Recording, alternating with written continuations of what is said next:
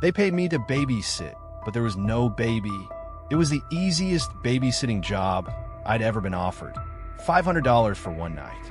The couple had only one rule: stay in the nursery and listen for signs of distress. That was it. No feeding, no changing, nothing. I should have asked more questions. I should have run the moment I stepped into that silent, empty house. My name is Emily, and I was in my second year of college, always strapped for cash. My part-time job barely covered rent, and with exams around the corner, I needed something easy. So when I found the listing on a local job board, it felt like a blessing. Overnight, babysitter needed. $500. No special tasks required. I was used to weird gigs, pet-sitting exotic animals, tutoring spoiled rich kids. But this was different. The money seemed too good to be true, but I ignored my gut feeling. Desperation has a way of silencing common sense. I met the couple, Mr. and Mrs. Holloway, at their home in an upscale neighborhood on the outskirts of town. Their house was enormous, too perfect, too quiet. They were well-dressed, polite, and oddly insistent that I remain in the nursery all night. "The baby doesn't wake up much," Mrs. Holloway said with a forced smile. "Just stay in the room, and if you hear anything unusual, don't leave the nursery. Just wait." I felt uneasy, but the cash was already in my hand. They left in a hurry, almost like they were escaping something. The nursery was pristine, decorated in soft pastels. A rocking chair, a changing table, and a beautiful white crib sat in the center. But something was off. There were no diapers, no baby toys, no monitor. The crib was empty. I rationalized it. Maybe the baby was at a relative's house, and they just wanted someone in the home.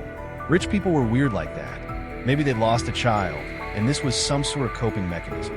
My brain tried to make sense of it, but my instincts were screaming at me. Midnight came, and with it a sound. A faint rustling. I froze, my breath catching in my throat. It was coming from the crib. I turned slowly. The mobile above the crib was spinning lazily, though there was no draft. And then, a soft giggle echoed through the room. But the crib was empty. A chill crawled up my spine. I grabbed my phone, debating whether to call the Holloways, but then another sound filled the room. A tiny, muffled cry. It was coming from inside the walls. I pressed my ear against the wallpaper, and my stomach dropped. The cries were there, shifting, moving. Something was inside the walls. Then, the rocking chair creaked. I turned, and my blood ran cold. It was rocking by itself. I bolted for the door, but it wouldn't budge. Locked. My phone screen flickered, then died. The room was growing colder.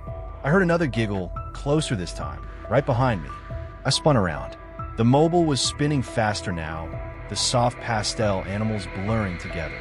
And in the crib, a small dent in the mattress, as if something unseen had just laid down. The cries in the walls turned to whispers.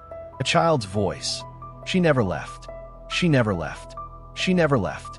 I dug my fingers into the doorframe, yanking, screaming. The whispers grew louder, turning into wails. And then, silence. A warm breath on my neck. "Play with me," a voice whispered. I blacked out. When I woke up, the Holloways were standing over me. Sunlight streamed through the window. My body ached like I'd been thrown across the room. Mrs. Holloway knelt beside me, tears in her eyes. "We're sorry. We thought maybe she would let you go." They helped me up, handed me the money, and practically shoved me out the door. Before I left, I turned back. "Who is she?" I asked. Mrs. Holloway's face paled. "Our daughter. She never made it home, but she never left this house." I never took another babysitting job again. A week later, an envelope arrived at my dorm. No return address. Inside was a single Polaroid. It showed me asleep in the nursery, and behind me, a shadowy figure standing by the crib, watching me. She never left. I took a catering job for a private event. There were no guests, only them. I was in between jobs when I found the listing. Private chef needed for one-night event. High pay. Discretion required. The pay was too good to pass up, $5,000 for a single evening of cooking. The instructions were precise.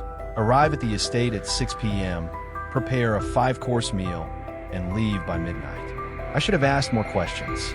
The estate was an hour outside the city, tucked deep into the woods. The road leading up to it was barely a road at all, just a winding dirt path swallowed by trees. My GPS lost signal halfway, and for a moment, I thought I was lost until I saw the wrought iron gate standing tall like an omen. It creaked open on its own as I approached. A man in a black suit greeted me at the door. He was tall, gaunt, and silent as he led me through the dimly lit mansion. The place was grand but cold, filled with antique furniture and portraits of people with hollow expressions. "You will cook here," the man finally spoke, gesturing to a large, state-of-the-art kitchen. "Where are the guests?" I asked. "They will arrive soon." His voice was flat, emotionless. "Begin preparing." I swallowed my unease and got to work. I had a menu to follow: oysters, a winter squash soup, filet mignon, a cheese platter, and a specialty dessert I was instructed to prepare exactly as detailed. The ingredients were already laid out, but something about them felt off. The meat was darker than any beef I'd ever seen, almost purplish.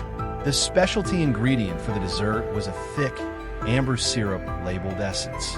I didn't recognize it, but it smelled strangely sweet and metallic. As I cooked, I heard movement beyond the kitchen. I caught glimpses of figures slipping through the hallways, tall, thin shapes moving unnaturally. Their shadows stretched too long against the walls. But every time I turned, no one was there. By 9 p.m., I had plated the first course. The suited man returned and carried the dishes away, disappearing into the grand dining hall. I still hadn't seen a single guest. My nerves prickled. I crept to the doorway, peering into the hall. The long dining table was set with silverware, crystal glasses, and flickering candelabras. But the chairs were empty. The suited man placed the dishes before the vacant seats and stepped back. Then, a sound, low and guttural, like the shifting of something wet and heavy. The candles flickered violently. The food on the plates moved as if being eaten by something unseen. I watched, frozen, as the steak was cut by an invisible hand, the oysters slurped up by unseen mouths. The cheese platter was untouched, but when I blinked, it was gone. I stumbled back into the kitchen, my breath shallow. What the hell was happening? The suited man returned. "Next course." My hands trembled as I plated the soup. He took the bowls and disappeared. Again, I peeked into the dining hall. This time I saw them. They were seated now, tall, spindly figures, draped in tattered black cloths that barely hid their grotesque shapes. Their fingers were too long, ending in claw-like tips. Their faces were obscured by shadow, but I could feel their gaze, hollow, insatiable. I turned away too fast, knocking over a knife. It clattered against the marble floor. Silence. Then a whisper. "Chef." I ran back into the kitchen, my chest heaving. I wanted to leave. I should have left. But the final course remained, dessert. I followed the instructions exactly, drizzling the amber essence over the delicate pastries. The scent grew stronger, cloying and sickly sweet. I fought the urge to gag. The suited man took the plates and walked away. This time I didn't look. I didn't want to see, but I heard it. Wet, visceral chewing.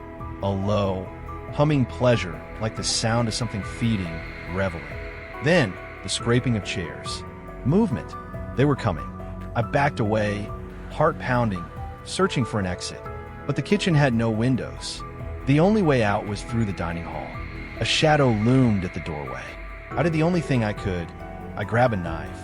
A deep, rattling laugh echoed from beyond the door. They knew. They were amused. Then the suited man stepped in. "You may go." I didn't question it.